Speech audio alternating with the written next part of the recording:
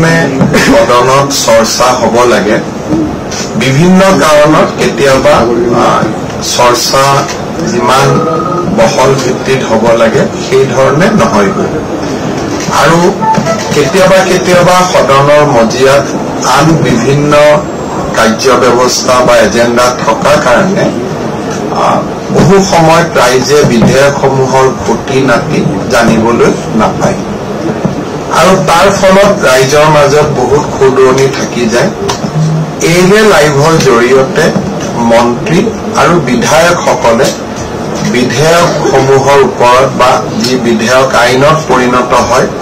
তাৰ ওপৰত ইয়াত আলাপ আলোচনা কৰাৰ এটা মঞ্চ পাব ইয়াৰ উপৰিও বিধানসভাত চলিত বিভিন্ন কাৰ্য বিৱৰণী সাধাৰণতে বিধানসভা চলি থাকোতে লাইভ হয় কিন্তু বিধানসভা চলি থাকোতে কাৰ্যালয় আদিও খোলা থাকে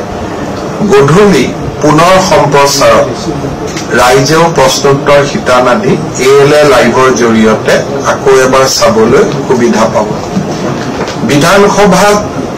এটা মানুহৰ মাজত ধাৰণা আছে যে বিধায়কসকলে যি ধৰণে বিধানসভাত বিভিন্ন ৰাইজৰ সমস্যা সদনত উত্থাপন কৰিব লাগে তেনেকৈ নকৰে দৰাচলতে মেইনষ্ট্ৰীম মিডিয়াত বহু সিৰিয়াস টপিক যি বিধায়কসকলে ডিসকাশন কৰে হি স্থান নাপায় কাৰণ হয়তো হি সেই দিনৰ পলিটিক্যাল হেডলাইনৰ লগত সেই বিষয়টো জড়িত হৈ নাথাকে কিন্তু এই গোটেই আলোচনা কৰা বিষয়বিলাকৰ ৰাজ্যখনৰ জনজীৱনৰ ওপৰত সুদূৰ প্ৰসাৰী প্ৰভাৱ থাকে মই ভাবো যে এএলএ লাইভত ইয়াত যেহেতু আমাৰ সুবিধা থাকিব সেই ধৰণৰ সিৰিয়াস ডিবেটসমূহ আমি দেখুৱাব পাৰিম আৰু বৰ্তমানৰ বিধানসভা নহয় আগত হৈ যোৱা বিধানসভাসমূহৰ যি ফুটেজ আমাৰ লগত থাকিব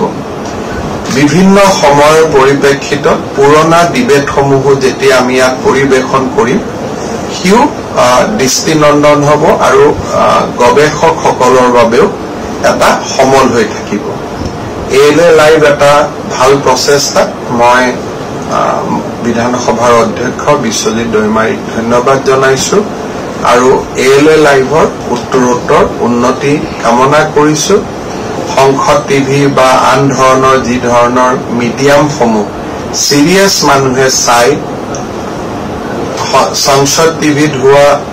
সিৰিয়াস ডিসকাশন বিলাক যেনেকে ইভেন আইএস আইপিএস ষ্টুডেন্ট সকলেও প্ৰত্যক্ষ কৰে তেনেকৈ এএলএ লাইভো এটা সিৰিয়াস ডিসকাশনৰ মঞ্চ কৰিব বুলি মই আশা কৰিছো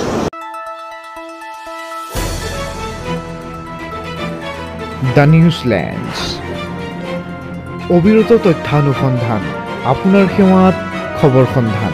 দ্য নিউজলেণ্ড